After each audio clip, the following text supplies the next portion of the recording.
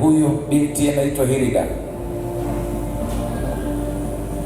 aliachwa na mume wake, hana pa kukanyaga, hana pa kutua. Amefanya kazi ya kukota michanga ili waweze kuishi na watoto,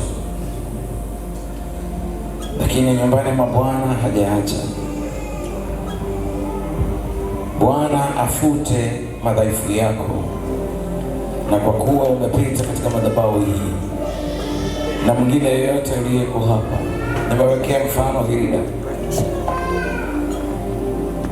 Mungu wa mbinguni anajibu maombi, akupe kazi itakayopanda kwenda chini. Usije kulia kwa ajili ya pesa tena. Mungu aliyetuita akomeshe njaa na vilio, na mbinu atakayokupa kufanya kazi ufanye bila aibu. Ondoa uoga kama ulivyoishi kwa bidii bila aibu. Mtu yoyote mwenye aibu huwa anakwama.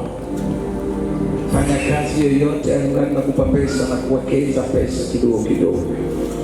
Leo ni mwezi wa 4.